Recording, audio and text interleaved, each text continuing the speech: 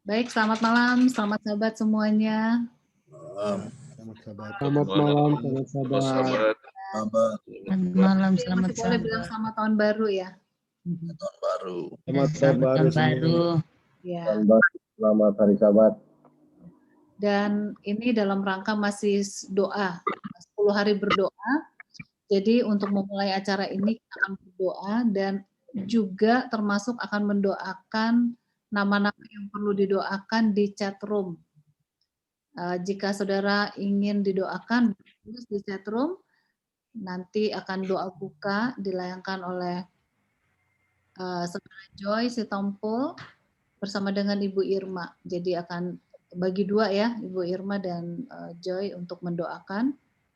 Doakan acara kita berjalan lancar, semua peralatan yang kita gunakan, baik internet, baik laptop, handphone, listrik ya. Kita doakan semuanya berjalan lancar dan juga doakan semua nama-nama yang perlu didoakan yang ada di chat room ini.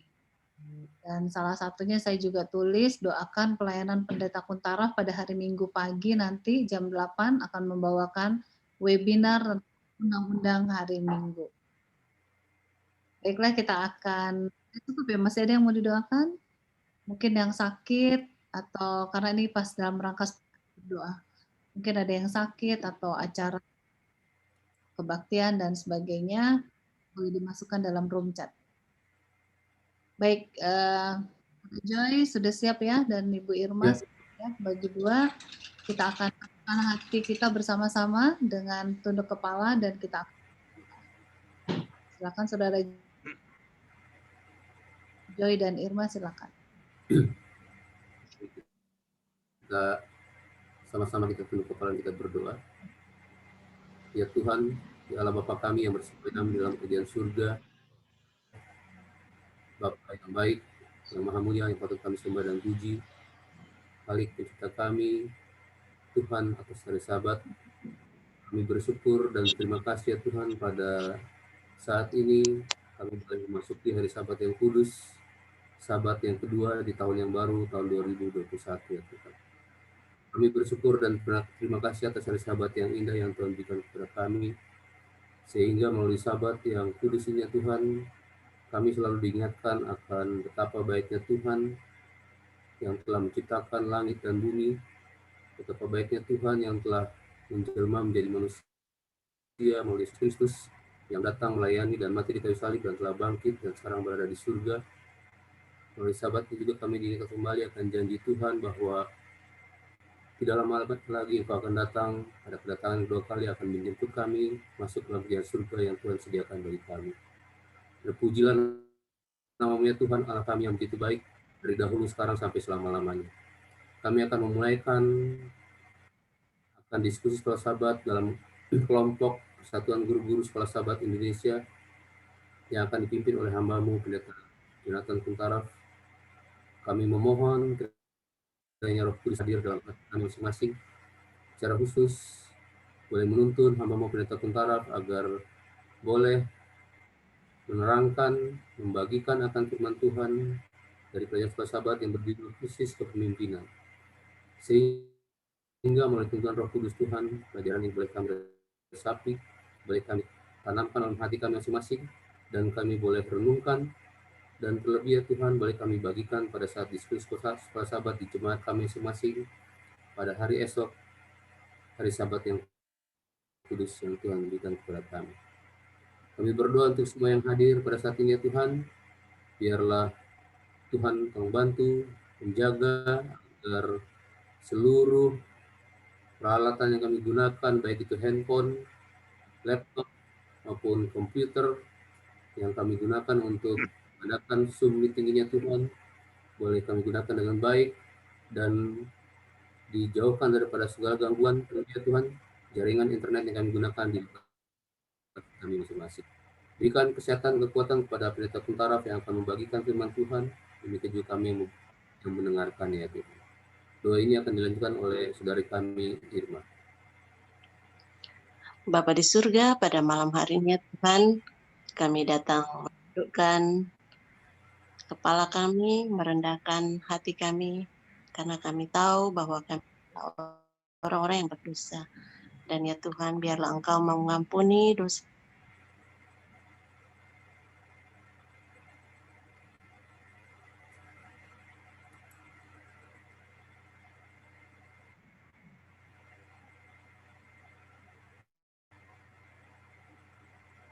Memberkati Pak Francisco di Afrika dalam segala usaha pekerjaan yang ditanganinya. Berkati, berikan kesehatan dan kekuatan dari surga. Engkau juga memberkati keluarga Roberto Lai yang ada di Dili. Biarlah Tuhan memberkati keluarga hamba Tuhan ini dapat menjadi terang di mana saja mereka berada. Kami juga berdoa ya Tuhan untuk teman dan mama dari teman dari Shelin yang terkena COVID. Biarlah Tuhan memberkati melalui perawatan obat-obat yang diberikan kepada mereka dapat membawa kesembuhan. Kami juga berdoa agar keluarga boleh lebih dekat dengan Tuhan. Kami semua ya Tuhan yang ada di Zoom meeting ini, biarlah Tuhan memberikan juga kepada kami persatuan iman yang kuat kepada Tuhan. Walaupun dalam masa pandemi ini kami dapat melaluinya dengan baik. Bersama Tuhan kami akan tetap sehat dan bersama Tuhan iman kami akan lebih dikuatkan. Jadi pada malam hari ini ya Tuhan kami akan mengikuti diskusi sekolah sahabat. Biarlah Tuhan memberkati dan bersama-sama dengan kami agar apa yang kami dapatkan kami dapat bagikan juga kepada orang lain dan dapat menguatkan iman percaya kami kepada Tuhan. Inilah doa kami. Karena kami ini berdoa di dalam nama Yesus Juru Selamat dan Penebus kami. Amin. Amin. Amin. Terima kasih untuk Saudara Joy dan Ibu Irma. Dan kita akan mengikuti acara selanjutnya, mendengarkan pembahasan pelajaran sekolah sahabat yang akan disampaikan oleh Pendeta Dr. Jonathan Kuntaraf. Dan seperti biasa, mohon semua di mute ketika acara berlangsung, dan nanti jika ada pertanyaan boleh dituliskan di room chat dan juga boleh raise hand, nanti kami akan lihat dan kami akan panggil. Dan selama jalannya acara juga, ya saya ulangin sekali lagi untuk di mute ya, karena seringkali ada suara-suara yang mengganggu. Baik, kita akan siapkan hati dan pikiran kita untuk mengikuti pelajaran selanjutnya. Taraf, silakan membawakan materinya. Oke. Baik, shalom saudara-saudara sekalian. Ya, selamat Sabat dan selamat tahun baru di Indonesia. Ya, selamat Sabat di Indonesia. Oleh sebab di sini masih Jumat pagi dan di luar masih gelap dengan udara di bawah 0 derajat Celcius. Ya. Tetapi kita puji syukur boleh tetap di dalam restu daripada Tuhan.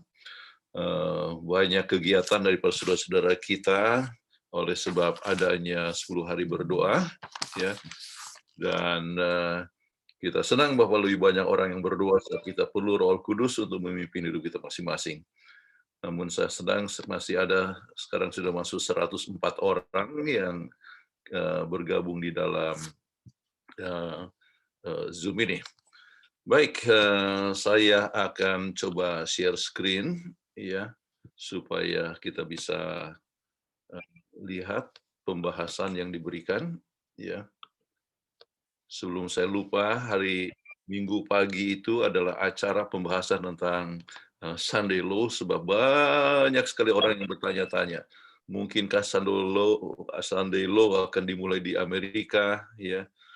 Apalagi sekarang Mahkamah Agung ya di Amerika itu semua yang Katolik ya mayoritas, presidennya yang baru Katolik juga ya. Jadi ini banyak hal-hal yang bertanya. Jadi kita akan coba membahas bersama-sama pada hari Minggu jam berapa Ibu Peggy? Jam 8 ya pagi waktu ya, 8 pagi waktu Indonesia bagian barat. Waktu Indonesia bagian barat. Oke. Dan sekarang kita akan, saya sudah share screen, ya. Oke.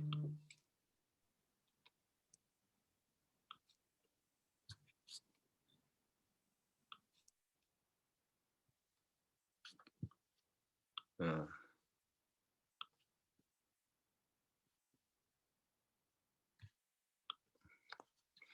Oke, leadership crisis, krisis kepemimpinan, ya.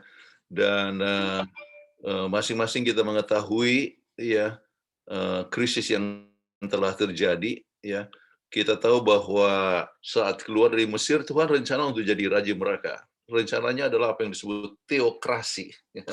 Namun mereka mau ikut bangsa lain, mau punya raja sendiri, dan ternyata raja dapat membawa umat kepada Tuhan atau berpaling daripada Tuhan. Itu peranan daripada pemimpin itu luar biasa. Dan pembahasan kita menyinggung tentang Raja Usia yang adalah raja yang ke-10 dari rentetan Raja Yahuda. Ya. Satu hal yang menarik ialah bahwa pengalaman dari Yoas, kakek daripada Usia, dan Amalia dan Usia sendiri itu sama, ya, semuanya setia pada awalnya, tetapi pada akhir hidupnya meninggalkan Tuhan. Ya. Jadi ini satu pengalaman untuk kita masing-masing. Rupanya, ya, perlunya kita kesetiaan senantiasa. Ya. Keadaan Usia sangat menyedihkan saat dia dapatkan kusta, dan kita akan bahas apa yang menyebabkan itu. Ya. Dan dikatakan pada tahun Usia meninggal, kalau kita lihat kepada Yesaya pasal 6 ayat 1, Tuhan menampakkan dirinya kepada Yesaya. Ya. Ini menunjukkan Tuhan tetap yang mengendalikan dunia dalam masa krisis sekalipun. God is in control. Oke. Dan kita lihat secara CIA principle, ya, connect, ya, interpretation, question, dan application.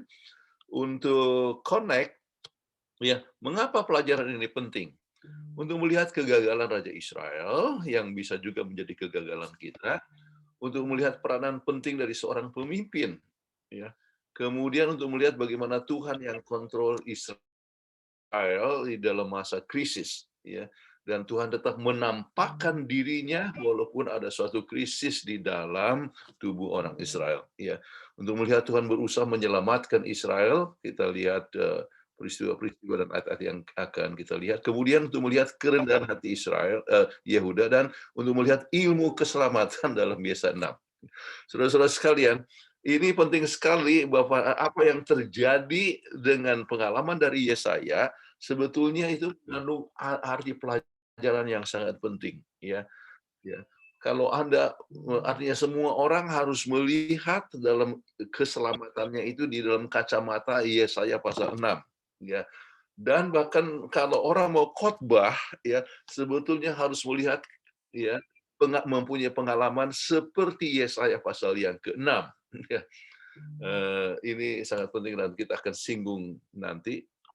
Oke, sekarang interpretasinya, ya. Saya coba bagi di dalam 3 bagian, ya, untuk coba gabungkan supaya lebih mudah untuk menangkap, ya. Jadi Usia adalah seorang pemimpin yang bermasalah. Kemudian Tuhan, ya, pemimpin agung. Yesaya utusan rendah hati, ya, yang rendah hati, ya. Jadi pemimpin yang bermasalah. Dan kita mengetahui beberapa dari pengalaman-pengalaman apa yang terjadi dengan Usia. Oke. Baik, sekarang kita coba bahas Usia pemimpin yang bermasalah. Oke. Nah, bagus dibaca di kelas, oke. Meminta orang untuk membaca akan ini Tawarikh 26 ayat 1 sampai 5, 6 sampai 9, terus 9 sampai 15, ya. Baca itu, ya. Kemudian biar orang mengambil pelajaran dari itu. Oleh sebab panjang, ya, dan waktu kita terbatas, supaya kita ada waktu untuk diskusi, dan saudara-saudara mungkin sudah pelajari, tetapi saya anjurkan supaya dibaca di kelas, ya. Kemudian intinya adalah ini. Raja yang ke-10 dari Yehuda naik tahta usia 16 tahun. Untuk berapa lama? 52 tahun menjadi raja. Setia kepada Tuhan selama bersama dengan Zakaria. Ya. Kemudian Zakaria meninggal, maka ia pun tidak setia lagi. Dia mau ke ia mau kehendaknya saja yang diikuti. Ya. Sama seperti Raja Yosia. Ya. Kemudian mengikuti kehendak Tuhan, dan selama mengikuti Tuhan segala usahanya berhasil. Ini satu hal yang sangat penting. Banyak orang yang mengalami kesulitan di dalam masalah ekonomi dan sebagainya oleh sebab tidak berjalan di dalam Tuhan. Berkat Tuhan itu ya disertai untuk mereka yang mengikuti jalan Tuhan. Walaupun ada kasus-kasus istimewa ya, seperti pengalaman Ayub ya, kemudian Tuhan sengaja menguji kepada kesetiaan seseorang, tetapi kita percaya bahwa berjalan dengan Tuhan itu adalah sangat penting ya. Mereka yang bekerja di perusahaan ya, maka orang yang rajin, orang yang jujur ya, itu dapat dipercaya. Orang selalu cari orang yang rajin dan jujur, artinya mengikuti jalan Tuhan ya.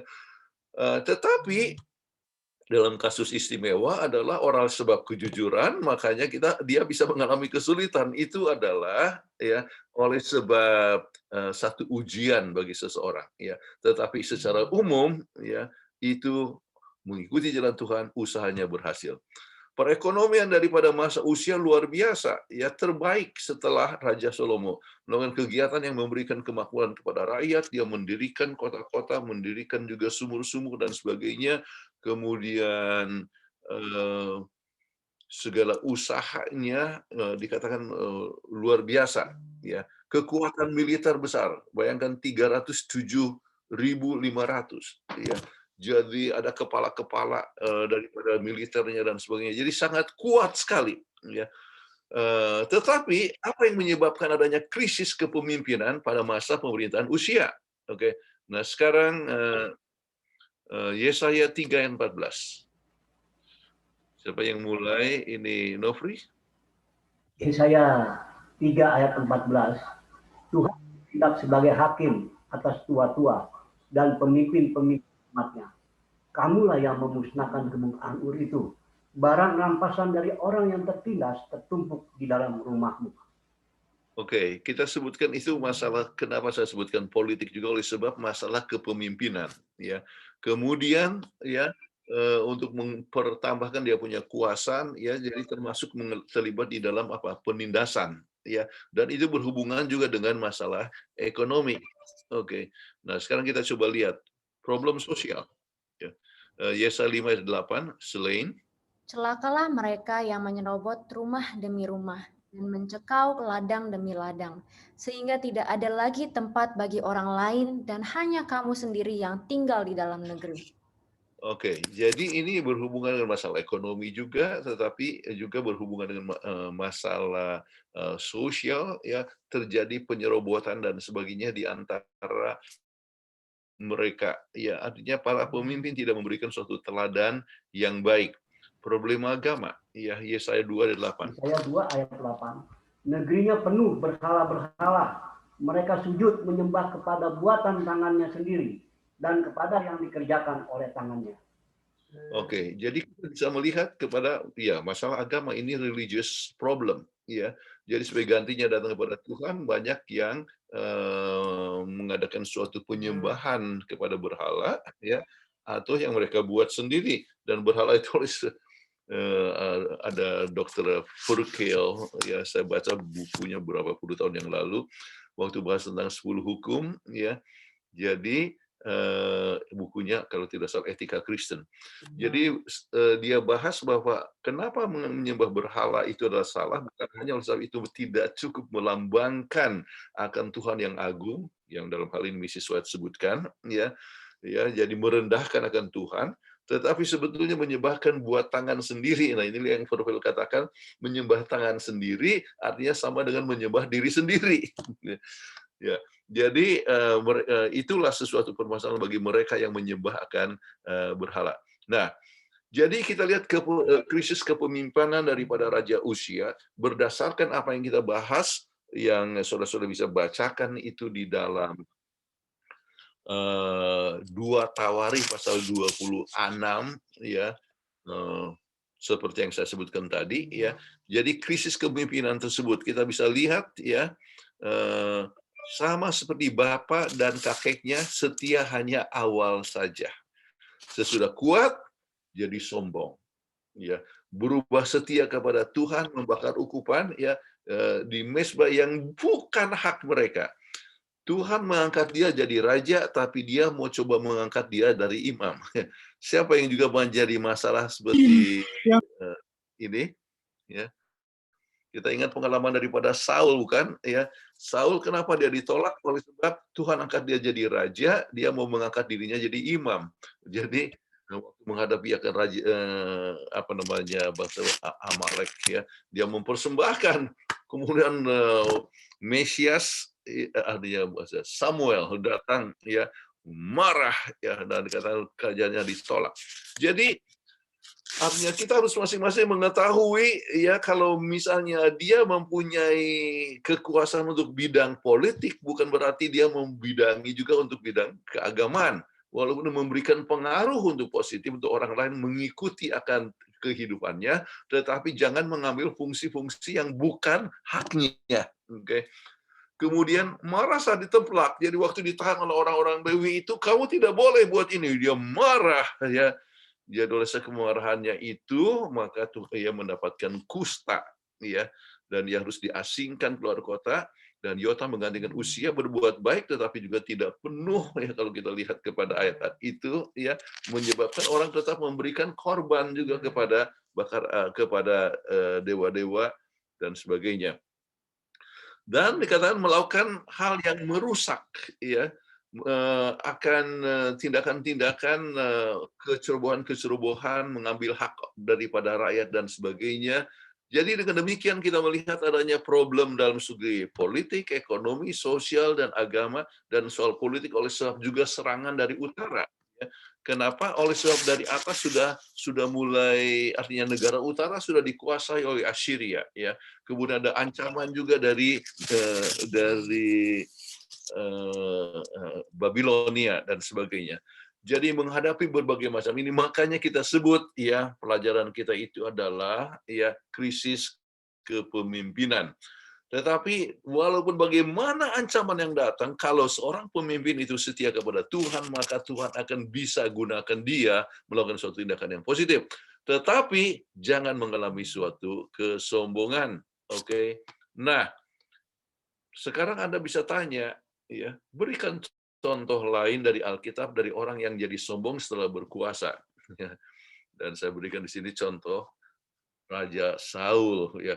Coba bayangkan kalau misalnya kita baca, ya, 1 Samuel pasal 9 dan sebagainya. Kalau pada saat Saul itu dipilih, bagaimana? Dia kan rendah hati sekali. Dia menyembunyikan diri, tidak mau dia kelihatan sama orang. Ya, jadi dia sangat rendah hati Saul. Tetapi sesudah ada kuasa, apa yang terjadi?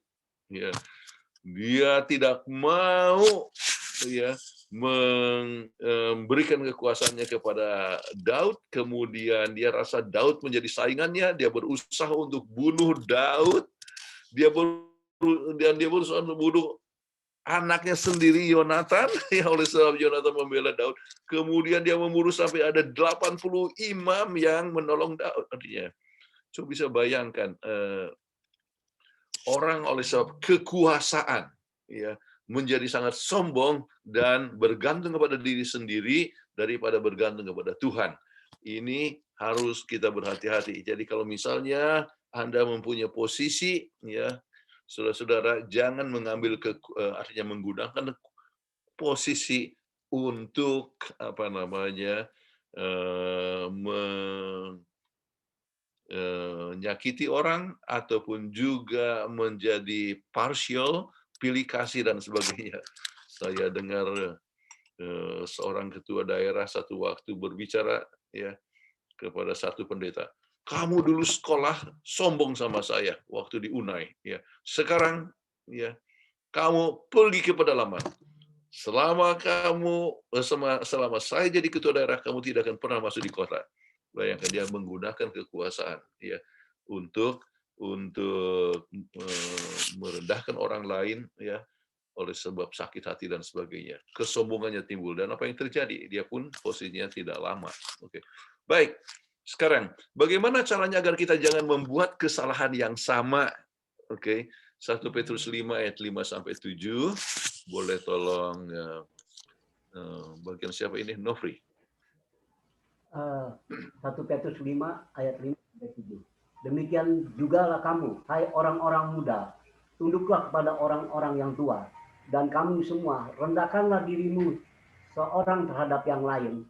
Sebab Allah menentang orang yang congkak, tetapi mengasihi orang yang rendah hati.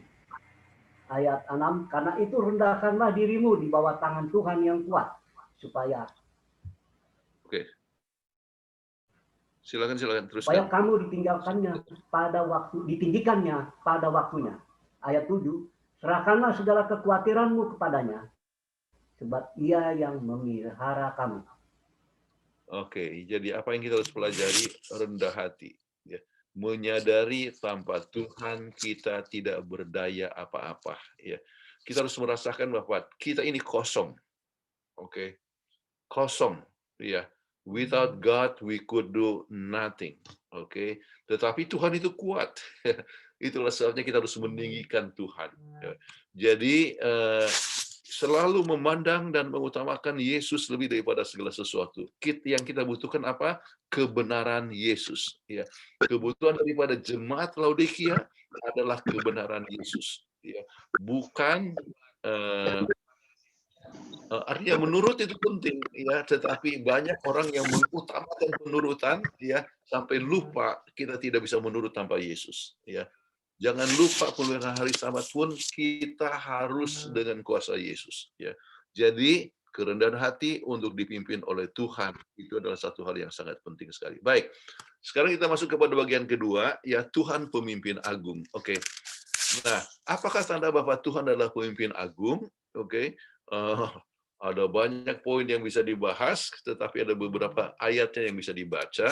Oke, selain Yesaya 6 ayat 1-3. Dalam tahun matinya Raja Uzia, aku melihat Tuhan duduk di atas tahta yang tinggi dan menjulang, dan ujung jubahnya memenuhi bait suci. Para serafim berdiri di sebelah atasnya, masing-masing mempunyai 6 sayap. 2 sayap dipakai untuk menutupi muka mereka, 2 sayap dipakai untuk menutupi kaki mereka, dan 2 sayap dipakai untuk melayang-layang. Dan mereka berseru seorang kepada seorang, katanya, Kudus, kudus, kuduslah Tuhan semesta alam. Seluruh bumi penuh kemuliaannya. Luar biasa sekali. Jadi menunjukkan keagungan Allah luar biasa sekali, ya. Tuhan di atas tahta yang tinggi menjulang ujung jubahnya dan memenuhi akan bait suci, ya. Para malaikat yang melayani ini serafim disebutkan 6 sayap, ya. Jadi 2 sayap dipakai untuk menutupi mukanya. Kenapa? Oleh sebab merasa tidak layak. Oke. Jadi saya ingat waktu anak-anak saya masih kecil, dia ditanyakan, kenapa kalau kita berdoa harus tutup mata? Apakah ada ayat Alkitab? Saya bilang, ya, kita bisa berdoa juga kalau sedang driving kan kita tidak tutup mata, tetapi kalau kita datang menghadap Tuhan, ya, pada saat bisa tutup mata, kita tutup mata. Ya. Kemudian salah satu poin yang diberikan saya gunakan bagaimana ini serafim menutup mukanya. Oke. Jadi menunjukkan memuliakan Tuhan. Kemudian menutupi kaki. Kenapa? Ya, ini pun juga menunjukkan kerendahan hati, ya. Oleh sebab kaki, ya, ada beberapa budaya tertentu di mana seperti kalau saya akan khotbah di mana itu? Di Jepang, ya. Selalu kita harus buka sepatu. Oke. Kemudian di beberapa tempat di Korea juga, ya, di mana buka sepatu untuk menunjukkan kerendahan hati, ya, sama seperti Musa, oke, juga pada saat dia menghadap Tuhan dikatakan bukalah kasutmu. Oke, kemudian dikatakan kudus, kudus menunjukkan kesucian Allah, ya. Nanti saya akan tunjukkan bagaimana ini berhubungan dengan keselamatan. Kemudian kelanjutannya, Nofri.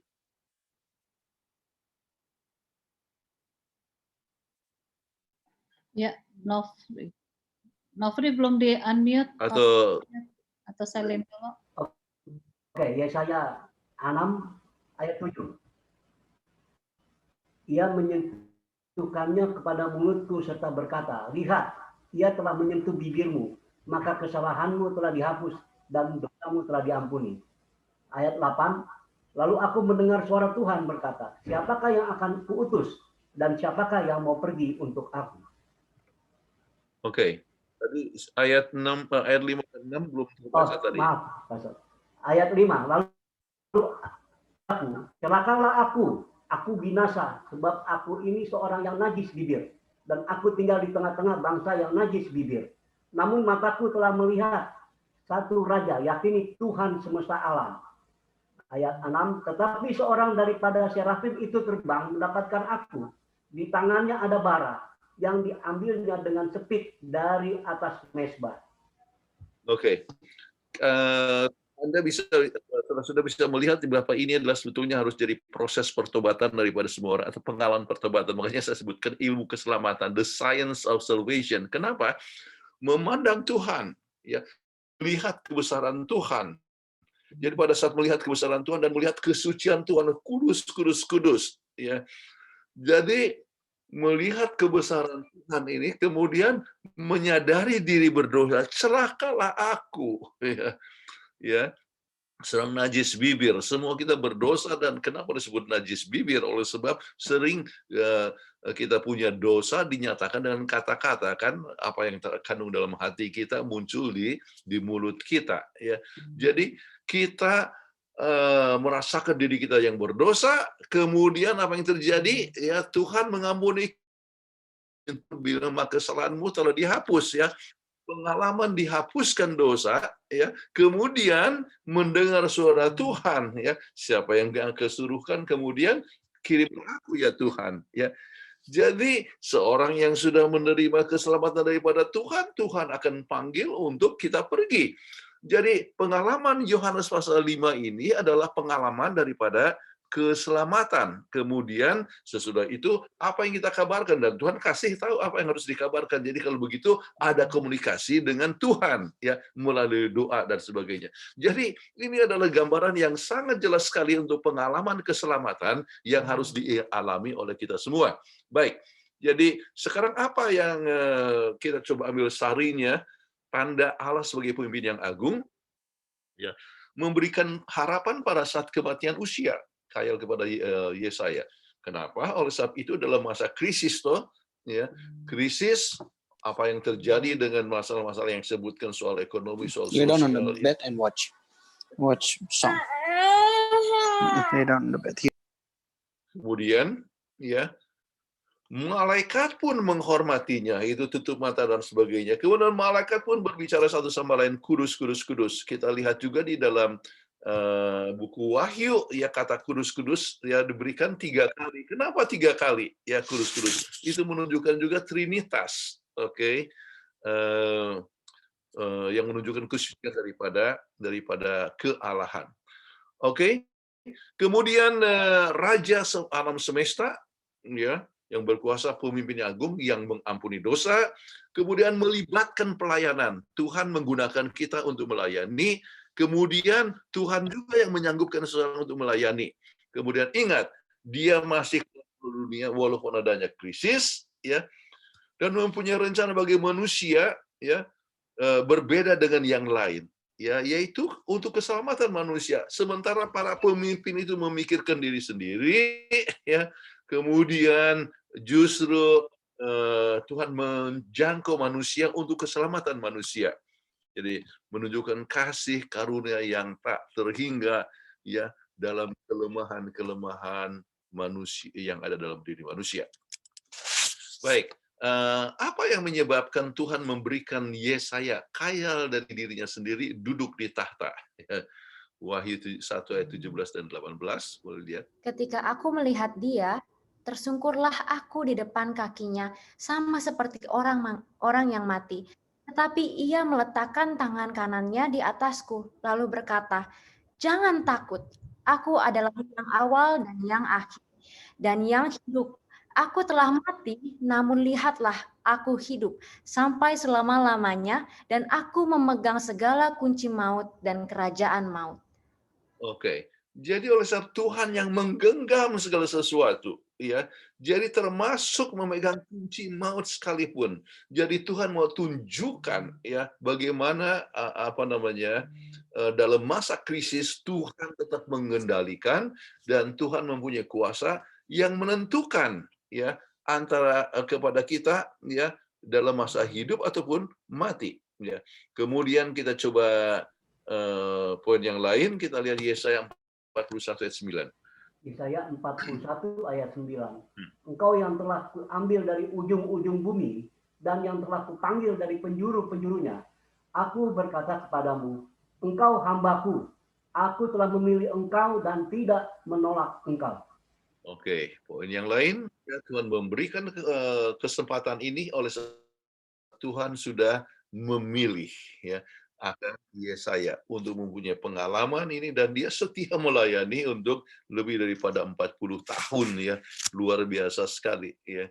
Jadi pengalaman daripada Yesaya ya perlu menjadi bagian kita masing-masing. Baik, nah sekarang apakah sikap pada saat berhadapan dengan Tuhan? Ya. Oh ini,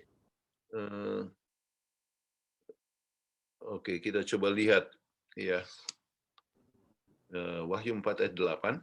Dan keempat makhluk itu masing-masing bersayap 6, sekelilingnya dan di sebelah dalamnya penuh dengan mata. Dan dengan tidak berhenti-hentinya mereka berseru siang dan malam, Kudus, kudus, kuduslah Tuhan Allah yang Maha Kuasa, yang sudah ada dan yang akan datang. Oke, jadi kembali ini adalah satu kelanjutan seperti apa yang dialami oleh Yesaya dan ditunjukkan juga dalam buku Wahyu, diberikan kudus, kudus, kudus sampai 3 kali menunjukkan kebesaran daripada Tuhan, ya. Dan ini juga menunjukkan akan adanya kealahan yang terdiri atas 3 oknum. Oke. Nah, sekarang kebesaran Tuhan itu bisa ditunjukkan bahwa dia menjamin akan pengampunan. Yeremia 31 ayat 31 sampai 34. Sesungguhnya akan datang waktunya, demikianlah firman Tuhan. Aku akan mengadakan perjanjian baru dengan kaum Israel dan kaum Yehuda. Ayat 32, bukan seperti perjanjian yang telah kuadakan dengan nenek moyang mereka pada waktu aku memegang tangan mereka untuk membawa mereka keluar dari tanah Mesir.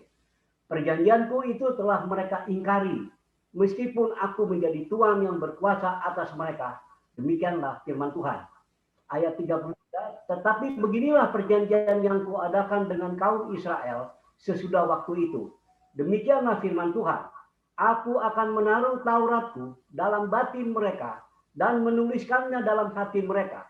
Maka aku akan menjadi Allah mereka dan mereka akan menjadi umatku.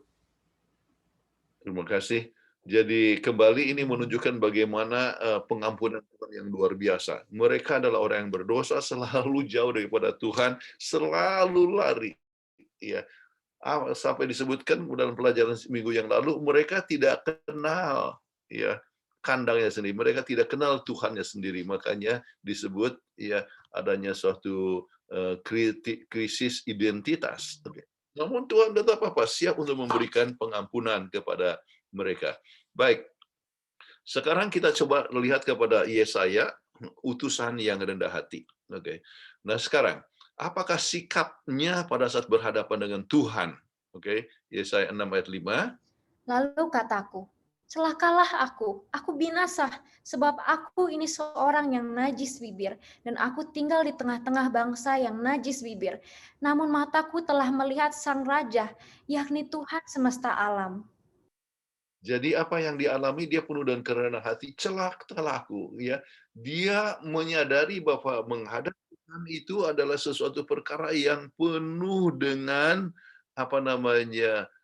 keadaan ya bahwa dia adalah orang yang berdosa. Ya, nah apakah kita bisa lihat pelajaran kita menyebutkan perbedaan antara dia dengan Raja Uzia. Ya, Raja Uzia oleh sebab dia sudah begitu populer, mempunyai perkara yang sangat luar biasa, kekuasaannya yang besar, ya, ekonomi yang bagus, maka dia merasa bahwa dia sudah diberkati oleh Tuhan dan dia bisa untuk datang ke mezbah. Dia merasa bahwa dia cukup benar, ya. Dia cukup benar dan dia layak untuk datang ke mezbah, padahal itu adalah tugas daripada imam. Jadi sedangkan ini justru dia merasa tidak layak, ya, tidak merasa layak. Jadi ada satu perbedaan yang sangat luar biasa antara Raja Uzia dan juga Yesaya.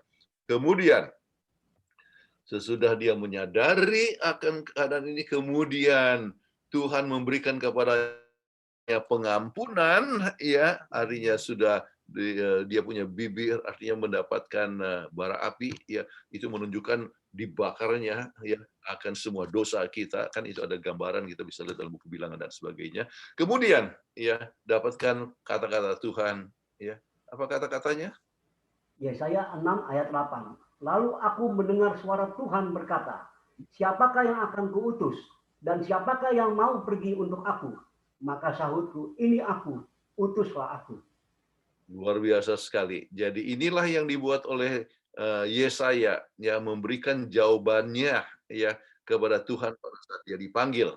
Oke. Kemudian Yesaya nabi yang rendah hati dan siap menerima tantangan misi, bukan hanya dia katakan artinya sini aku, kirimlah aku, ya. Kemudian apa dia punya isi pekabarannya? Ya. Coba lihat Yesaya 6 ayat 9 sampai 10. Kemudian firman-Nya, pergilah dan katakanlah kepada bangsa ini, dengarlah sungguh-sungguh, tetapi mengerti. Jangan, lihatlah sungguh-sungguh, tetapi menanggap. Jangan, buatlah hati bangsa ini keras, dan buatlah telinganya berat mendengar, dan buatlah matanya melekat tertutup, supaya jangan mereka melihat dengan matanya, dan mendengar dengan telinganya, dan mengerti dengan hatinya, lalu berbalik dan menjadi sembuh. Sampai berapa lama ya Tuhan? Sampai pekerjaan selesai. Oke. Nah, sekarang kita coba lihat, ya, kenapa ini buat hati ini keras?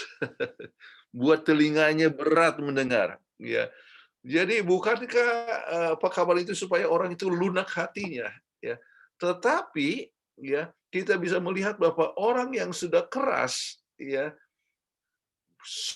sukar sekali untuk untuk bertobat, sehingga makin lama diingatkan justru makin keras sampai keadaannya sudah susah untuk artinya untuk berubah. Nah, inilah satu perkara yang kita harus ingat, ya, secara kerohanian kita harapkan supaya jangan sampai kita menjadi seorang yang keras. Tetapi kita diingatkan bahwa waktu kita mengabarkan mungkin kepada keluarga kita dan famili kita, kadang-kadang pekabaran kita membuat orang jadi lebih keras, ya. Dan kalau orang sudah makin keras dan tidak lagi mendengar suara Tuhan, itu merupakan suatu langkah untuk berdosa kepada Roh Kudus. Baik. Nah, sekarang Yesaya utusan yang rendah hati, ya. Bagaimana sikapnya? Sangat menghormati Tuhan, ya. Saudara bisa selalu bandingkan dengan Raja Uzia, ya. Jadi ia sangat menghormati Tuhan sampai berkata, celakalah aku, ya, yang mempunyai mulut najis, yang penuh dengan kerendahan hati. Kemudian menyambut segera undangan untuk melayani sebelum mendapatkan apa yang harus dikabarkan, ya. Dan sebelum dikabarkan, dia sudah dikatakan di sini aku, kirimlah aku. Kemudian baru dikatakan apa pekabarannya, ya. Jadi dalam suasana kacau dia berhubungan dengan Tuhan dan melayani mereka, ya. Dia kabarkan kabar keselamatan kepada orang lain. Kemudian siap melayani untuk masyarakat yang bermasalah. Yang bagaimana? Bangsa yang menyembah berhala, bangsa yang keras kepala, bangsa yang sombong, ya, dan sebagainya, yang merasa diri benar, ya. Dan kita sudah lihat bangsa yang munafik. Ingat nggak apa yang kita bahas pada minggu yang lalu, krisis identitas. Oleh sebab mereka memberikan korban tetapi hidupnya tidak sesuai dengan ini. Jadi bangsa yang munafik, dia tetap siap untuk mengabarkan. Nah, sekarang berikan beberapa nama yang menerima panggilan Tuhan namun mencoba untuk menolak, ya. Saudara bisa singgung tentang pengalaman Musa atau pengalaman Yunus, kan? Musa waktu dipanggil apa yang terjadi? Tuhan, ya, bagaimana kalau mereka menolak aku, ya. Ya, sampai Tuhan katakan apa yang ada di tanganmu dan sebagainya. Jadi kembali sikap dari Yesaya luar biasa, ya, yaitu lebih spontan dia, Ya, lain dengan Musa, apalagi Yunus, dia lari. Waktu disuruh ya untuk pergi ke Niniwe, dia lari ke Tarsis. Ya, jadi bukannya menyambut dengan spontan, tetapi ini adalah luar biasa Yesaya. Kenapa dia menyambut dengan spontan? Ya, dia melihat Tuhan, dia lihat kebesaran Tuhan, dan dia merasakan keadaan dirinya yang tidak layak. Tuhan ampuni, kemudian dia mendapatkan tawaran daripada Tuhan. Baik. Kesimpulan yang kita mau coba lihat di sini adalah dalam masa krisis Tuhan tetap mengendalikan. Ya, ini penting ya Anda bisa singgung. Jangan khawatir dengan soal COVID-19. Ya, Tuhan tetap kendalikan. Tuhan tetap kendalikan dalam masa krisis apapun. Kehadirannya menyebabkan seorang merasakan keagungan dan kesucian Allah. Masing-masing kita harus merasakan kehadiran Tuhan, yaitu memandang kepada Tuhan. Seorang akan merasakan dirinya berdosa kalau melihat akan Tuhan. Dan Tuhan akan siap untuk mengampuni, dan setelah mendapatkan kasih pengampunan, Tuhan memberikan panggilan untuk jadi saksi. Dan Yesus menyambut panggilan itu, inilah aku. Tuhan kasih, kemudian Tuhan kasih berita untuk dikabarkan. Nah, ini Yesaya pasal 6. Ini berbicara mengenai pengalaman pertobatan. Ya, bahkan disebut sebagai the science of conversion, ilmu pertobatan. Langkahnya apa? Melihat Tuhan.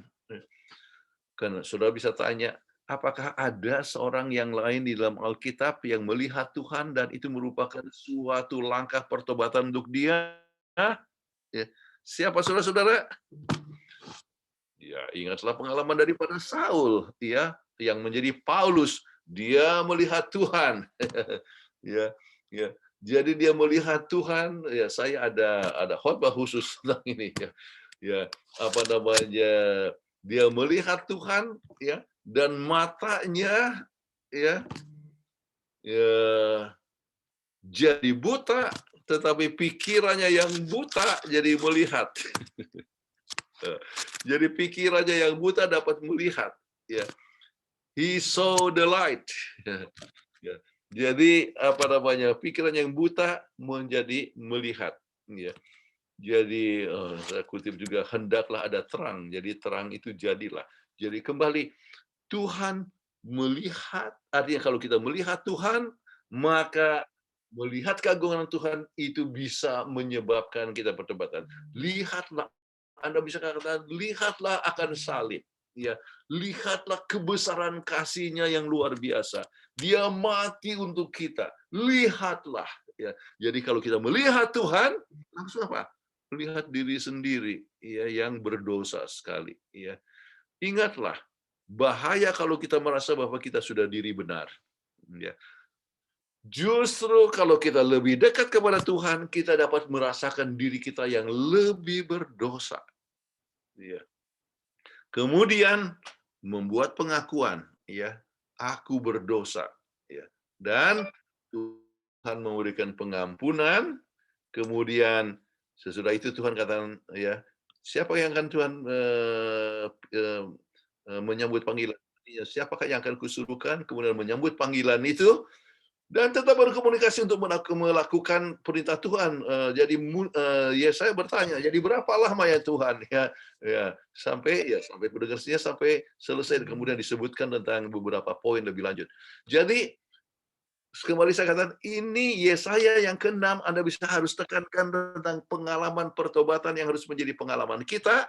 Kemudian pendeta-pendeta, tua-tua jemaat, ya, yang biasa khotbah perlu juga punya pengalaman Yesaya pasal yang ke-6. Saya ingat ini disebutkan oleh seorang yang namanya Blackwood, ya, tentang buku tentang khotbah. Saya baca sekitar 50 tahun yang lalu. Jadi Blackwood menceritakan pengkhotbah harus punya pengalaman Yesaya pasal 6. Ya. Kenapa? Melihat Tuhan, ya, menyadari kebesaran Tuhan, kemudian melihat diri sendiri yang tidak layak, ya, kemudian mendapatkan pengampunan daripada Tuhan, menerima panggilan, kemudian mengabarkan pengalamannya bertemu dengan Tuhan, ya mengabarkan pesan daripada Tuhan. Saudara-saudara sekalian, jadi cara yang terbaik ya untuk berkhotbah adalah mencari, membahasakan Alkitab, belajar Alkitab, kemudian melihat kebutuhan. Makanya ada sebuah istilah, justru dikatakan oleh Blackwood juga, ya dikatakan begini, ya, di mana lahirnya khotbah? Khotbah itu lahir ya di rumah-rumah. Waktu seorang pendeta itu melawat, dia lihat kebutuhannya, kemudian dia mempelajari Alkitab, melihat Tuhan, dan Tuhan menuntun dia untuk berkhotbah. Jadi jangan khotbah itu sembarangan saja ya, dari satu khotbah ditempatkan di khotbah di mana-mana, harus melihat keadaan, kebutuhannya itu apa, kemudian datang kepada Tuhan, memohonkan akan kuasa supaya punya pengalaman dengan Tuhan dan boleh menyajikan itu khotbah kepada orang lain. Oke, nah sekarang aplikasi. Apa kita telah mengalami pengalaman Yesaya dalam langkah pertobatan kita? Ya, itu harus kita menguji diri kita. Kalau kita mempunyai pengalaman seperti Yesaya sebelum berkhotbah, ya, saudara sekalian berdoa, ya, supaya kita boleh mendapatkan, ya, suara Tuhan, melihat Tuhan, ya. Kemudian mendapatkan suara Tuhan untuk mengkhotbah. Bagaimana panggilan Tuhan kepada Yesaya 2700 tahun yang lalu berlaku untuk kita yang sekarang ini. Kalau kita lihat kepada Markus 16 ayat 15, Matius 28 ayat 19 20, itu adalah perintah untuk mengabarkan. Jadi kita harus juga menyambut seperti Yesaya. Dan ini sebetulnya semboyan daripada 1000 Missionary Movement, ya, yang kita dirikan pada tahun 1992.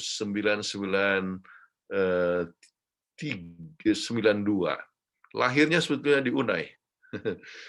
Kenapa di Unai? Jairong Lee membawa, dia punya proposal, kemudian kami waktu itu ada Festival of Faith di Unai tahun 1992, kemudian di situ kami rapat, dan disitulah akhirnya kita dapatkan 1000 Missionary Movement, dimulai di Filipina dan di Bangladesh, di banyak negara termasuk di Indonesia pun ada, di mana? Di Kawangkoan, di Tanah Karo, dan sebagainya. Jadi 1000 Missionary Movement sebetulnya itu adalah lahirnya di Unai. Oke, nomor 4. Apakah tantangan pekabaran yang Tuhan berikan untuk kita dikabarkan pada akhir sejarah dunia? Itu bicara tentang pekabaran 3 malaikat. Jadi kita harus mengabarkan, ya, sebab mengabarkan adalah menolong kita sendiri dalam pembentukan tabiat Yesus. Oke. Jadi kita, dan Tuhan berjanji, aku akan beserta kamu sampai kesudahan alam. Artinya apa? Merasakan kehadiran Tuhan dalam hidup kita. Ya, itu pengalaman beserta dengan Tuhan, itu adalah hal yang sangat luar biasa sekali. Oke, question and answer. Apakah ada pertanyaan? Saya sendiri tidak sempat lihat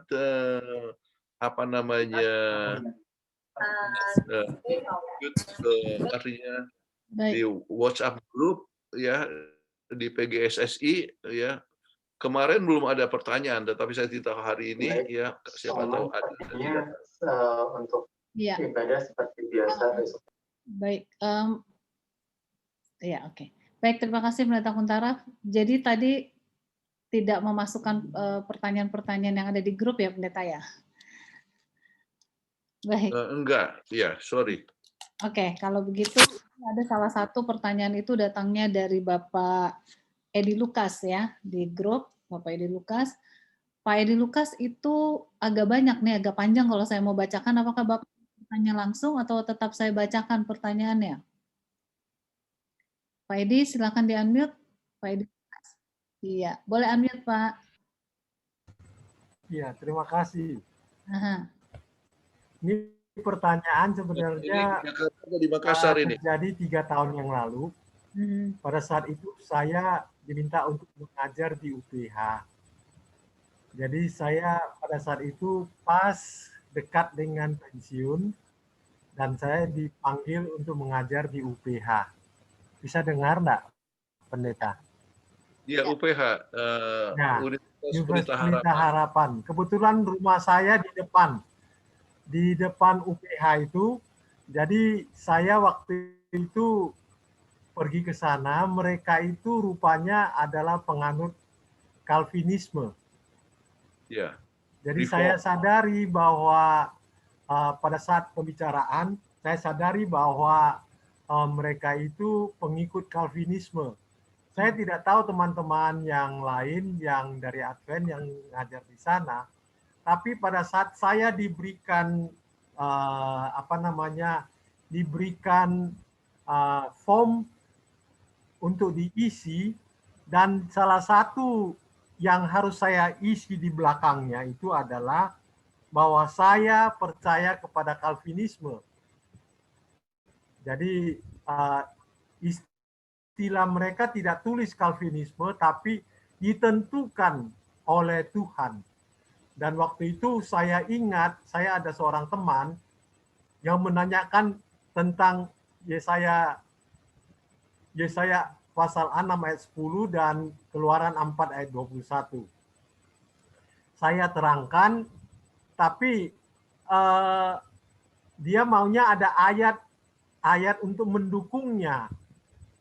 Kemudian saya baca-baca buku, dan kebetulan juga ada beberapa teman di dalam grup memberikan penjelasan.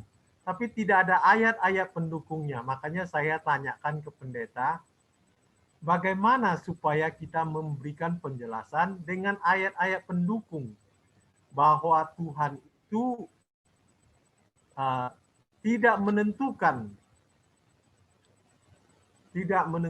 sifat, tidak menentukan masa depan seseorang, termasuk tidak menentukan bahwa orang ini selamat atau tidak. Seperti Yesaya 6 ayat 10 itu kan jelas sekali ya, langsung ya, bahwa Tuhan yang membuat hati mereka itu begini. Termasuk hatinya keras, tidak mau menurut, gitu. Ya, itu pertanyaannya. Oke, terima kasih. Pertanyaan pertama. Jadi, pertanyaan kedua, ya, memang mereka atas satu-satu dulu. Oke. Calvinis percaya kepada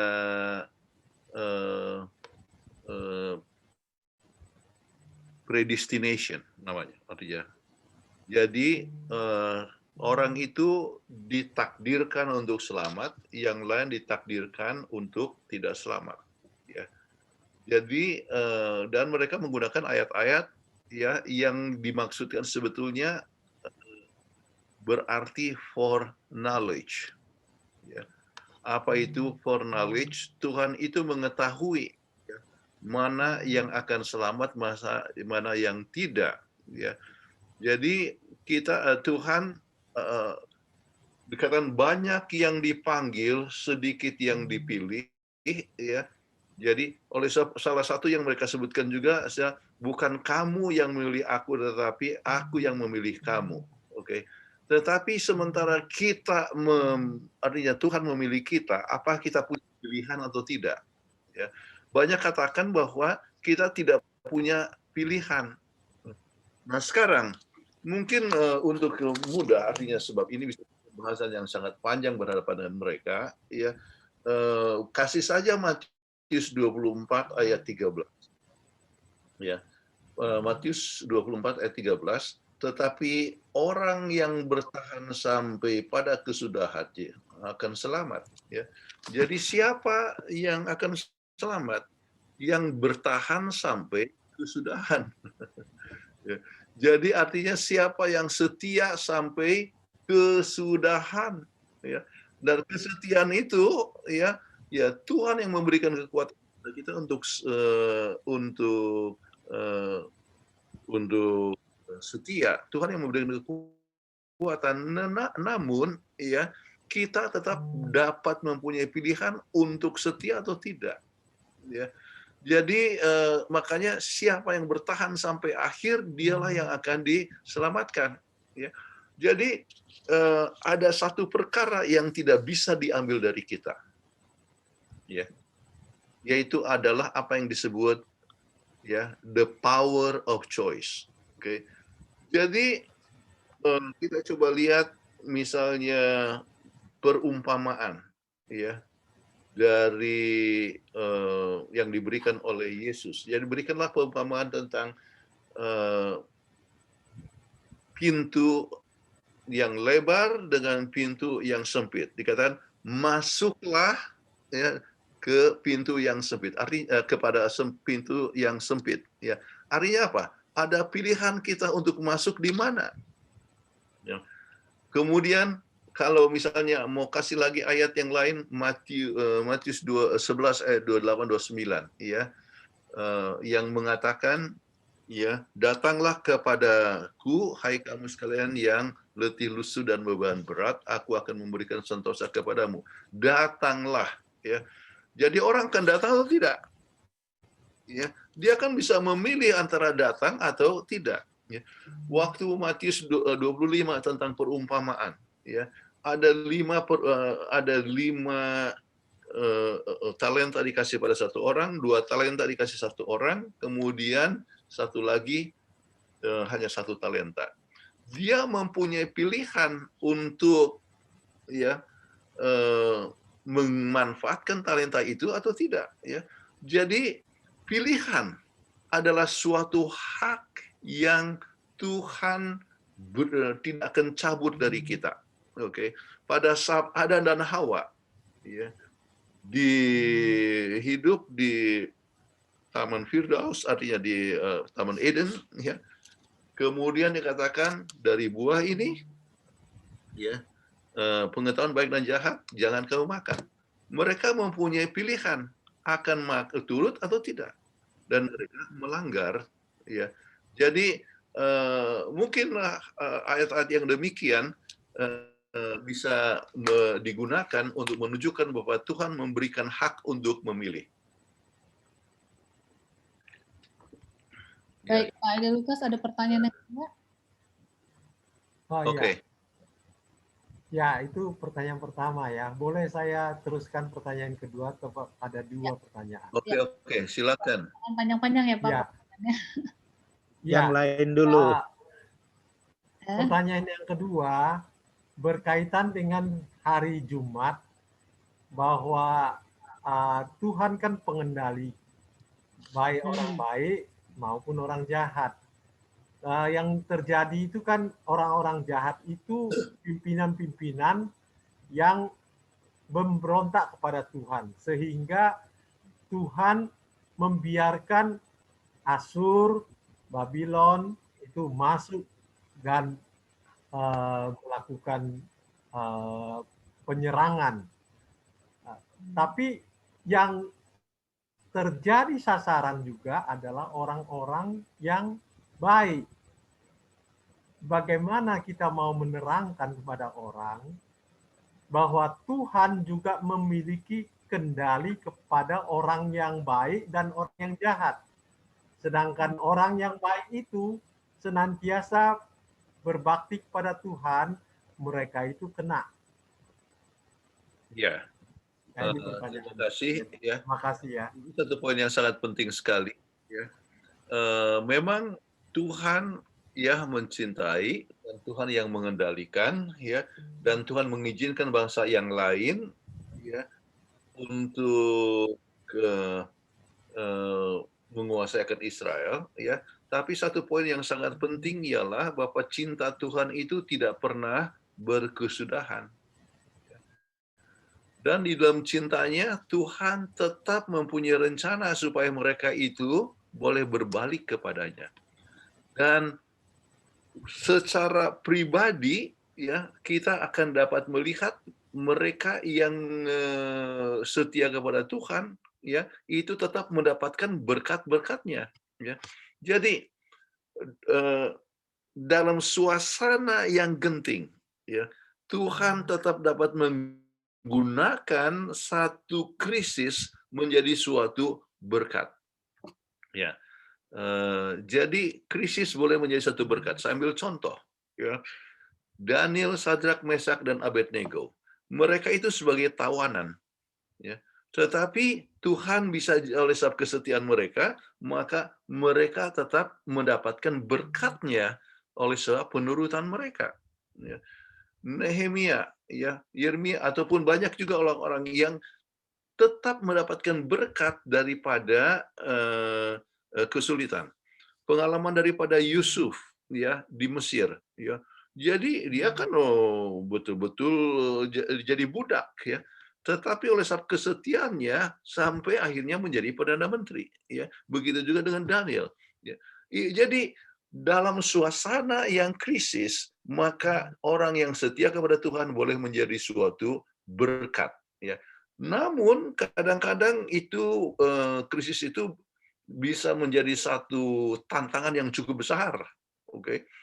Suatu tantangan yang cukup besar, tetapi di situ merupakan suatu ujian, ya. Ujian apakah seorang itu boleh tetap bertumbuh dan tetap setia atau tidak. Dan satu hal yang luar biasa, dalam masa krisis, Tuhan tetap menempatkan dia punya saksi-saksi. Dan melihat bahwa orang yang setia kepada Tuhan, itu boleh tetap menerima berkat-Nya, walaupun kadang-kadang secara fisik dia menderita. Pengalaman daripada Yeremia, dia harus dimasukkan di sumur ya dan sebagainya. Dia ditempeleng pada saat dia memberikan saksi. Namun ya tetap ya orang yang bersekutu dengan Tuhan mendapatkan berkat-Nya, ya, berkat secara kerohaniannya dan sukacita dan sebagainya. Oke. Mudah-mudahan dapat sudah menolong menjawab apa yang dikatakan oleh Saudara Edi Lukas. Oke. Baik, pertanyaan berikutnya. Ya, pertanyaan berikutnya dari Pendeta Jeffrey Bakulu. Apakah perwakilan serafim di zaman Yesaya? Adakah serafim yang sama akan mewakili Tuhan untuk pimpinan gereja di akhir zaman? Kepada akhir zaman, artinya setiap masa ada pekabaran yang Tuhan berikan kepada kita.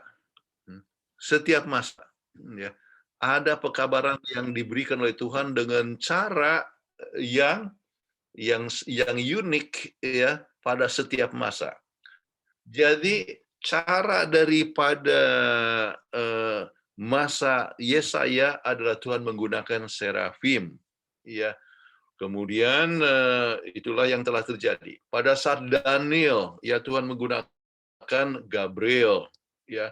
Kemudian pada saat untuk Yusuf dan Maria juga Tuhan memberikan malaikat Gabriel, ya.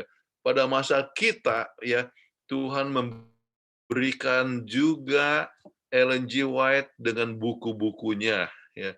Kemudian Tuhan menggunakan kita, sebab ingat 3 malaikat itu kan menggambarkan utusan Tuhan dan itu adalah kita. Jadi Tuhan gunakan kita juga untuk bersaksi, ya, untuk mungkin para pemimpin ataupun juga anggota ataupun juga tetangga kita. Jadi Tuhan mau setiap orang ada kesempatan untuk mengenal Tuhan, oke? Dan caranya bisa berbeda. Ya, cara kepada Adam dan Hawa langsung muka dengan muka. Ya, cara untuk orang Israel melalui nabi. Ya, kemudian cara untuk kita melalui buku-buku yang berisi tulisan nabi ataupun para rasul atau tulisan roh nubuat. Jadi cara Tuhan itu berbeda, namun intinya sama.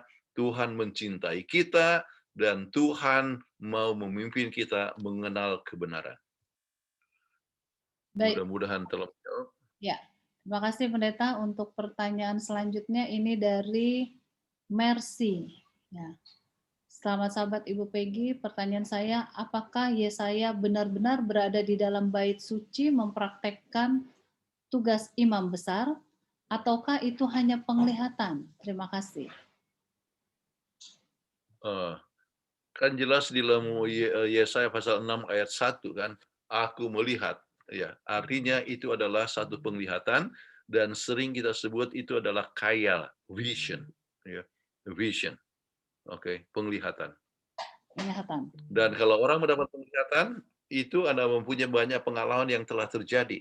Ya, sama seperti Ellen G. White mendapatkan penglihatan. Dia juga Ellen G. White merasa bahwa dia masuk ke bait suci, ya, tetapi sebetulnya dia berada di dunia ini. Ya, tetapi ada kekuatan gaib, ya, sehingga dia bisa artinya tidak bisa goyah, ya. Artinya tidak bisa dikontrol badannya, itu dipimpin kekuatan gaib, ya. Kuasanya sendiri lemah, kadang-kadang pandangan matanya ke depan, kemudian pada waktu itu umumnya mereka tidak bernafas, ya, tapi jantung tetap berdetak, ya. Jadi itu pengalaman-pengalaman yang disebut physical phenomena, oke, kepada seseorang yang mendapatkan khayal. Oke. Baik, selanjutnya ini sudah dari menolong. Ya, selanjutnya dari Turino, Bapak Turino. Siapakah 24 tua-tua? Apakah murid-murid Yesus pada waktu Yesus di dunia atau siapa? Mungkin ada catatan yang menerangkan tentang hal itu di tulisan-tulisan Ellen G. White. Oke, yang kita tahu apa yang ditulis dalam Bible Commentary bahwa itu melambangkan akan orang-orang yang dibangkitkan pada waktu Yesus bangkit, kan ada orang saleh yang bangkit, ya. Jadi itulah salah satu interpretasi yang terdapat dalam kita punya Bible Commentary. Ya, itu adalah orang tua-tua yang dibangkitkan, yaitu orang saleh yang dibangkitkan waktu Yesus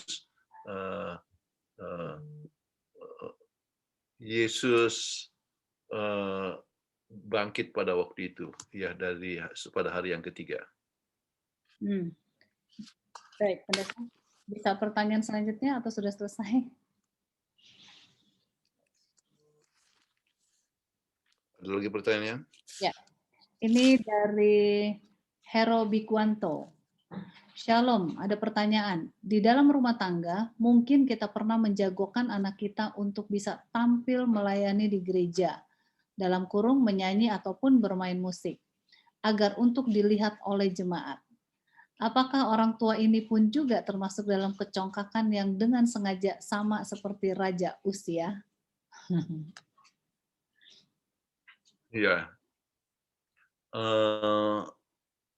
ada kemungkinan, ya, orang melayani dengan perasaan congkak bahwa saya sanggup untuk melayani. Tetapi ada orang yang melayani oleh sebab dia mencintai Tuhan, ya, dan dia dengan penuh kerendahan hati untuk melayani, ya. Jadi untuk itu saya percaya bahwa kita harus banyak berdoa supaya pelayanan kita bukan oleh sebab supaya kita itu dihargai, supaya kita itu diakui, ya, tetapi oleh sebab kita memang rindu untuk melayani Tuhan, ya. Dan pengalaman daripada Yesaya harus menjadi pengalaman daripada orang yang akan melayani, yaitu melihat Tuhan, merasakan diri berdosa, kemudian mendapat pengampunan daripada Tuhan, mendapatkan panggilan daripada Tuhan, dan ia melayani dan siap untuk melayani. Jadi itulah yang kita harus kita ingat. Baik, pertanyaan selanjutnya dari Nason Refualu, Jemaat Kanaan, Lab Dalam. Jika kita dalam kedudukan sebagai pemimpin di gereja, apa yang sorry, kok di mute ya? Oke. Kembali saya ulangi pertanyaan dari Nason Refualu, Jemaat Kanaan. Jika kita dalam kedudukan sebagai pemimpin di gereja, apa yang kita buat di dalam gereja sebagai pemimpin yang baik?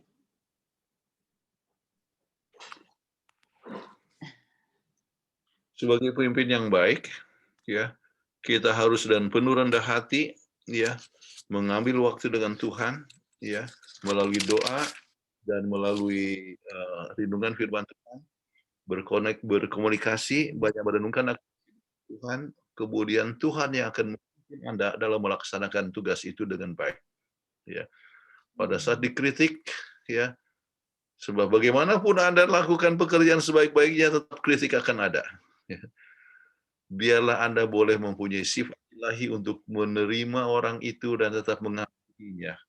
Jangan kritik dibalas dengan kritik, atau kritik dibalas dengan dendam atau marah, tetapi dengan tersenyum Anda boleh mengasihi akan orang tersebut. Jadi sikap pemimpin yang baik adalah tetap mengasihi akan orang yang mempunyai kesalahan sekalipun dan rindu untuk membimbing dia terus. Ya, ya. Jadi dengan kasih sayang, apapun yang terjadi. Jadi dan lakukan semua dan kerendahan hati. Kalau Anda khotbah, ingat ya, bukan supaya Anda dikenal jago khotbah, tapi oleh sebab Anda rindu menyampaikan firman Tuhan. Ya. Jadi inilah yang sangat penting. Baik, pertanyaan selanjutnya dari Foxy Gerungan, Bitung. Pertanyaan, bagaimana sikap yang benar yang anggota Gereja Masih Advent Hari ke-7 harus lakukan ketika melihat pimpinannya sudah melakukan pelanggaran dan sudah berkali-kali diingatkan, tapi selalu saja melanggar? Ya, itu tergantung kepada pelanggarannya, pelanggaran bagaimana. Ya. Jadi itu pelanggaran itu kan luas. Ya, ada sesuatu perkara yang pelanggaran misalnya kepada perkara yang besar, apakah membunuh kan melanggar juga, ya. Melanggar hukum Allah itu melanggar juga. Jadi ada kasus-kasus tertentu di mana seorang itu harus misalnya mendapat disiplin, ya. Jadi tergantung kepada pelanggarannya, ya. Sebelum saya lupa, saya tadi salah sebutkan tentang orang-orang yang 24.000 ya, itu bangkit, orang-orang orang saleh yang bangkit waktu Yesus bangkit, sebetulnya waktu Yesus mati, ya. Itu di dalam buku Matius pasal yang ke-27, ya. Bisa dapat ini saya lihat barusan ayatnya. Ayat yang ke-52. Dan kuburan-kuburan terbuka dan banyak yang orang kudus yang telah meninggal bangkit, ya. Jadi salah satu interpretasi untuk 24.000 itu adalah orang yang mati, orang saleh yang bangkit waktu Yesus mati. Oke. Jadi kembali tentang pertanyaan terakhir, itu tergantung kepada pelanggaran yang bagaimana, jadi harus diperjelas. Oke, Pendeta, satu pertanyaan lagi sesudah itu ada yang raise hand, Pendeta Joseph Ringo, ya. Ini satu pertanyaan dari Dr. Tambunan. Dalam 1 Raja 19 dikatakan bahwa Nabi Elia gentar akan ancaman Izebel, istri Raja Ahab.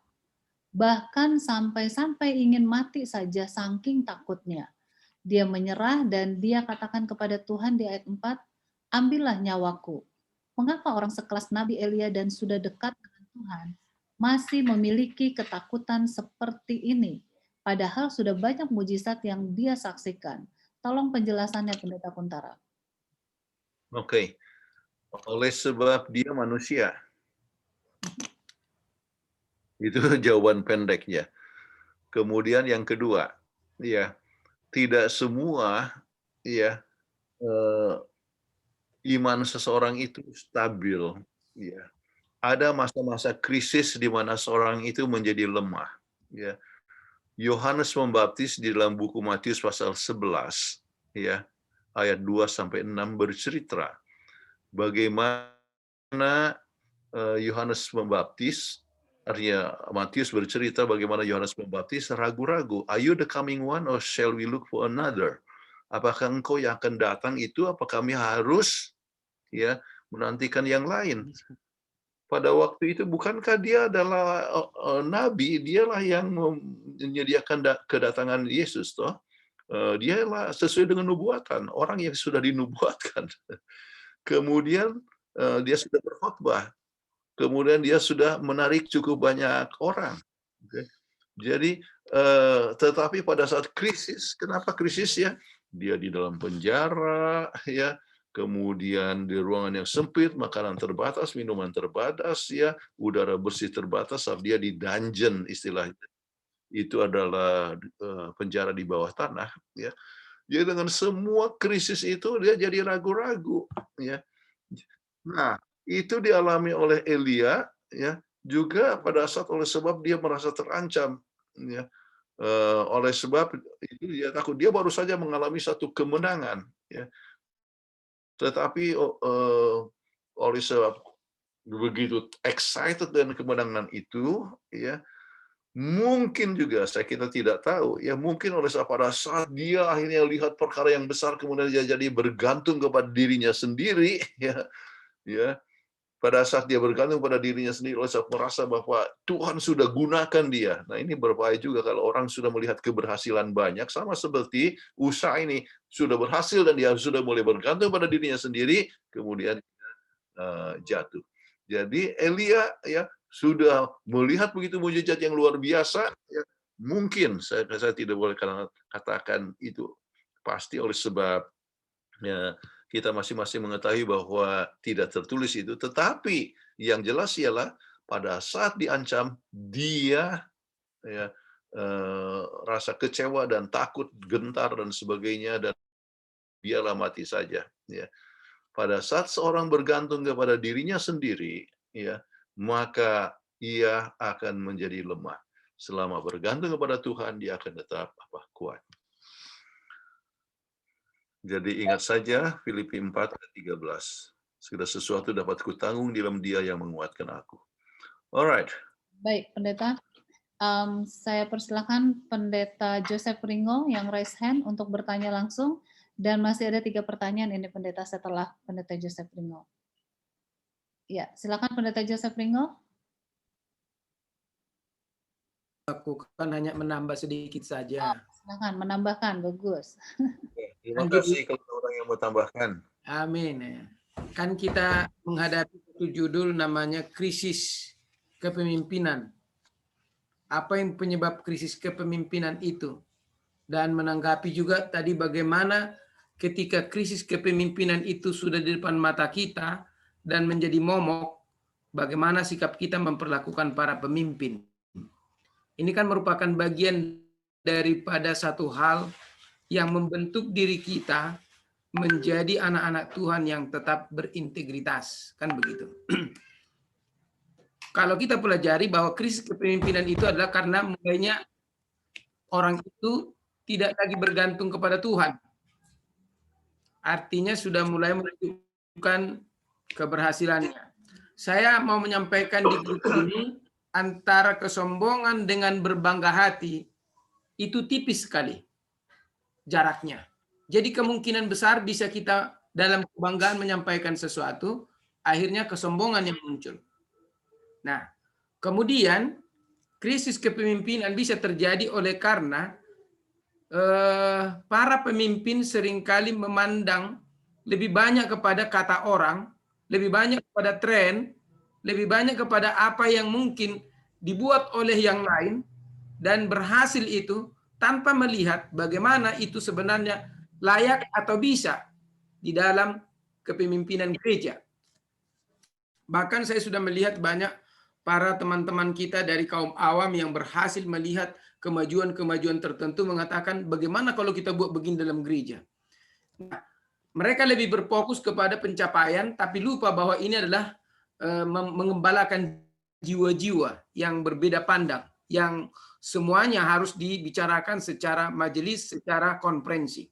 Itu salah satu. Lalu kemudian ada tadi yang menarik adalah bahwa bagaimana dengan mereka yang pemimpin yang sudah melakukan banyak kesalahan. Saya ingin menyampaikan beberapa hal. Yang pertama, bangsa Israel adalah gambaran yang paling tepat untuk kita dalam memahami kepemimpinan dan bersikap kepada pemimpin. Elia adalah pemimpin. Dia adalah imam. Tapi anak-anaknya jahat. Bahkan Elia pun terkesan jahat. Kenapa? Karena membiarkan kejahatan berlangsung di gereja. Bagaimana dengan kita? Tidak ada satu catatan di dalam ayat Alkitab orang Israel berani mengata-ngatai daripada Elia. Artinya mereka melakukan tindakan hormat kepada pemimpin. Bukan berarti pemimpin bisa ditegur. Tetapi ya, Imam Eli bukan Elia. Oh, Imam Eli, sorry, Imam Eli. Imam Eli. Tolong cepat Pak Yosef. Baik, kalau begitu saya menyampaikan hanya satu hal saja. Mari kita mendoakan para pemimpin kita yang kita anggap barangkali memiliki banyak kelemahan, daripada banyak kita menyampaikan sesuatu yang sifatnya membuat semakin banyak cerita-cerita yang tidak membangun jemaat. Itu saja. Terima kasih. Amin. Iya, baik. Terima kasih Pak Pendeta Joseph Ringo. Ada satu lagi pertanyaan Pendeta ini dari Juan. Saya mau Ibu Peggy, sehubungan dengan tanggapan daripada Pendeta Ringo, saya memberikan sebuah kutipan yang sangat penting untuk dibaca, untuk kita masing-masing. Dan kutipan ini terdapat di dalam Testimonies to the Minister. Ya. Sekarang telah menjadi tujuan setan untuk melampaui pandangan Yesus dan mengarahkan manusia untuk memandang manusia dan percaya pada manusia dan dididik untuk mengharapkan bantuan dari manusia. Selama bertahun-tahun gereja telah mencari manusia dan berharap banyak dari manusia, tetapi tidak melihat kepada Yesus yang di dalamnya harapan kita akan kehidupan kekal berpusat. Testimonies to the Minister dan Gospel Worker halaman 93. Ya. Jadi saudara-saudara, itu adalah rencana supaya kita bisa lebih bergantung kepada manusia. Oleh sebab kekayaannya, oleh sebab kepemimpinannya, oleh sebab segala perkara, artinya mungkin juga wibawanya, kita melihat kepada manusia sebagai gantinya melihat kepada Yesus.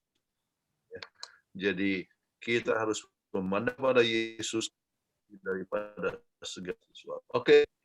Baik. Masih ada lagi 3 pertanyaan, sebetulnya waktu sudah habis. Ya, ada satu lagi nih Pendeta dari Bapak Januari Sianturi.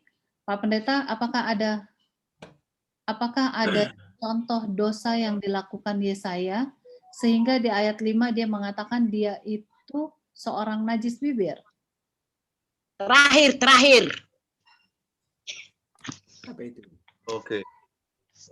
Saya tidak tahu sebab tidak tertulis.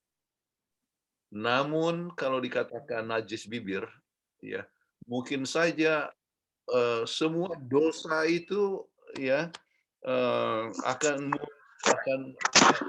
hubungan dengan bibir ataupun mulut seseorang.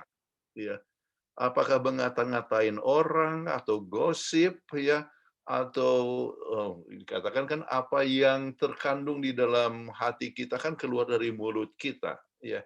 Jadi najis bibir itu bisa berbagai macam hal, bisa saja mengupat, ya, atau menyalahkan orang dengan tidak bijaksana, ya, ataupun terlalu judgmental, gampang untuk menuduh, ya, atau menipu atau membohong. Kita tidak tahu, ya. Namun semua kita mempunyai kelemahan itu, ya. Bibir artinya lidah kita yang kecil tetapi bisa membakar hutan, katanya api yang kecil bisa membakar hutan, ya. Itu sebabnya kita harus berhati-hati dengan bibir kita. Masih ada Ibu Peggy? Ya, sudah habis Pendeta pertanyaannya, dan sebelum kita tutup ini tepat jam 8:31. Namun sebelum saya tutup mungkin saya tidak terlihat ada yang raise hand tadi. Baik, kalau sudah tidak ada, saya akan share dulu satu pengumuman kalau Bapak Ibu berkenan untuk mengikuti webinar atau seminar yang akan disampaikan oleh Pendeta Kuntara pada hari Minggu pagi waktu Indonesia bagian Barat. Bisa catat Zoom-nya, atau nanti boleh taruh di chat nomor teleponnya, nanti saya akan share posternya. Silakan boleh di-share, Carmelia. Ya, jika Bapak Ibu nanti ingin mengikuti, nah ini poster yang sama, memang dikirim pertama ini, kemudian yang terakhir yang sebelah kiri saya. Jadi akan terjadi pemaksaan hukum hari Minggu. Nah ini, ada tanda seru dan tanda tanya. Pendeta Kuntaraf hari Minggu jam 8 pagi waktu Indonesia bagian Barat. Zoom ID-nya 943-1264-2055. passwordnya angka 76 kali. Ini adalah persembahan dari Oral Channel, yaitu digital TV ya, digital TV. Jadi pastikan semua hadir, boleh mengikuti acara ini. Terima kasih Carmelia, boleh di-close. Dan selanjutnya juga kepada Bapak Ibu yang berkenan mendapatkan bahan presentasi dari Pendeta Kuntaraf ini, nanti saya akan masukkan di grup WhatsApp grup dan juga Telegram grup PGSSI juga dengan rekamannya. Jadi bagi yang berminat nanti tunggu beberapa saat saya akan kirim ke rekamannya. Baiklah, terima kasih untuk seluruh partisipan hari ini yang telah mengikuti acara pada malam hari ini di 186 partisipan, puji Tuhan. Dan kita akan tutup pertemuan ini dengan memohon, tadi ada Pendeta Jimmy Haflar, apa masih bersama-sama? Tante, ada yang prayer request kirim ke Selin, bilangnya begini dari Om Joni Lureke. Selamat Sabat Ibu Peggy, saya minta tolong doakan tetangga saya, anaknya umur 6 tahun, sudah 2 tahun kena penyakit leukemia, nama anak ini Evan Awon Datu, sekarang masih dirawat di Rumah Sakit Profesor Kandau, Malayang, Manado. Keluarga ini Advent tapi papanya belum lama mengenal kebenaran. Kayaknya Om salah kirim ke Selin, mau kirim ke Tante Peggy. Oh, oke. Baik, kita akan doakan. Pendeta Jimmy Haflar, apakah masih ada? Sudah keluar kali. Sudah. Mungkin sudah keluar. Kalau begitu, kita akan doa tutup sekaligus mendoakan permohonan dari Saudara Lureke. Untuk itu saya mohon kesediaan dari Dr. Tambunan untuk berdoa, bisa? Tolong di-unmute dulu. Mari kita berdoa.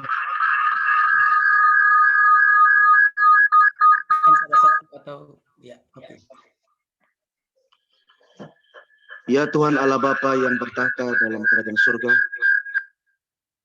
puji syukur terima kasih kami panjatkan kepadamu atas segala kelimpahan rahmat-Mu yang Kau berikan bagi kami, sehingga pada malam ini Tuhan, dalam pertemuan Zoom meeting, kami boleh Tuhan merasakan berkat Tuhan yang bagi kami di dalam mempelajari pembelajaran sekolah Sabat.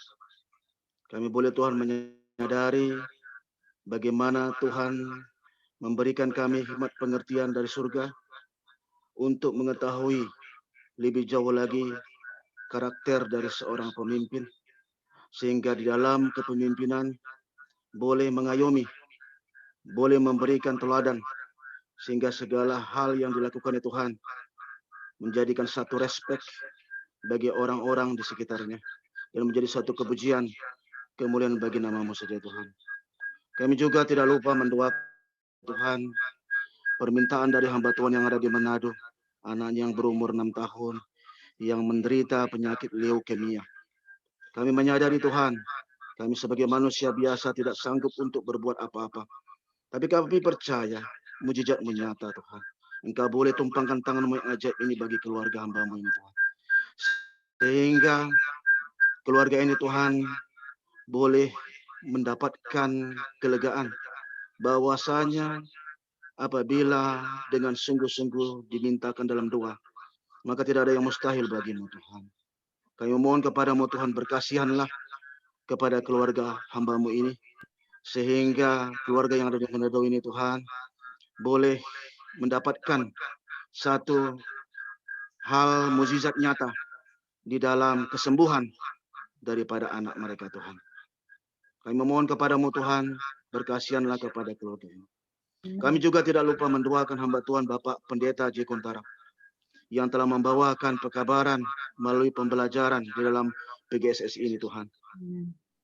Tuhan memberkati hamba Tuhan ini, bagaimana dia Tuhan di dalam kehidupannya, dia menyisakan segenap kemampuannya untuk memberikan wejangan pembelajaran yang daripada-Mu Tuhan melalui pembelajaran sekolah Sabat. Berkati hamba Tuhan ini, khususnya di dalam kesehatan, keluarga hamba-Mu Engkau berkati, sehingga semua yang ada di dalam keluarga besar, keluarga Pendeta Kuntara, boleh terpelihara dan itu menjadi suatu kepujian kemuliaan bagi nama-Mu saja Tuhan. Kami juga yang menghadiri akan Zoom meeting ini Tuhan, Kau berkati kami masing-masing.